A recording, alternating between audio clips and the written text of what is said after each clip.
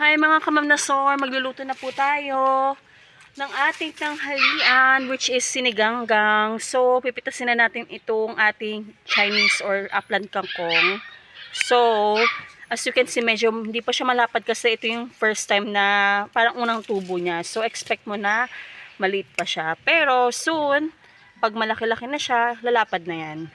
So, hindi natin siya bubunutin completely kasi para tumubo pa siya ulit. Kasi after mga 10 days, tutubo yan ulit guys. Magpo-produce ng parang another leaves, di ba? Or tangkay. So, ito, fresh from the backyard. Ayan. Putulan na natin siya guys. Ayan na. Okay. Okay. Ayan na.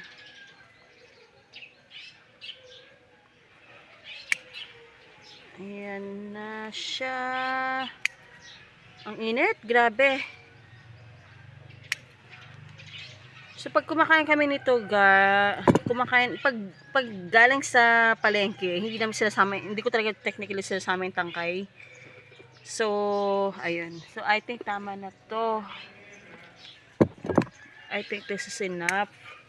Baby, no! Ito naman, dito tayo sa kabila. So, damihan natin ng gulay. Baby, that's dirty, ha?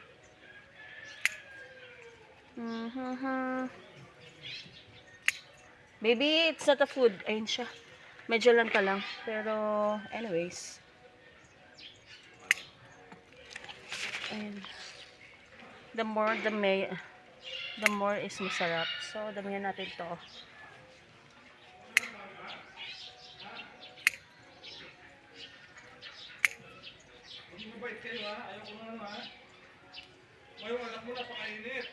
Wait.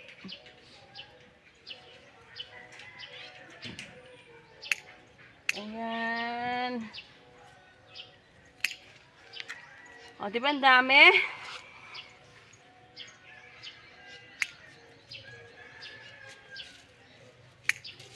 Masarap to sa sinigang pag maraming vegetables. So, at itong kangkong, masarap to. Baby, wait for mama ha. Init, grabe. Pero kailangan ko sa magpitis nito.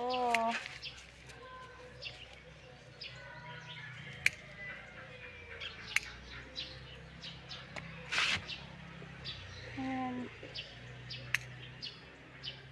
Pinalbo ko na siya. Ayan. Tutubo naman ulit yan.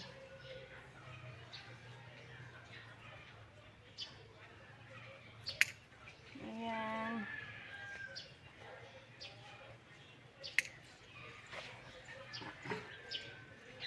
Hot baby.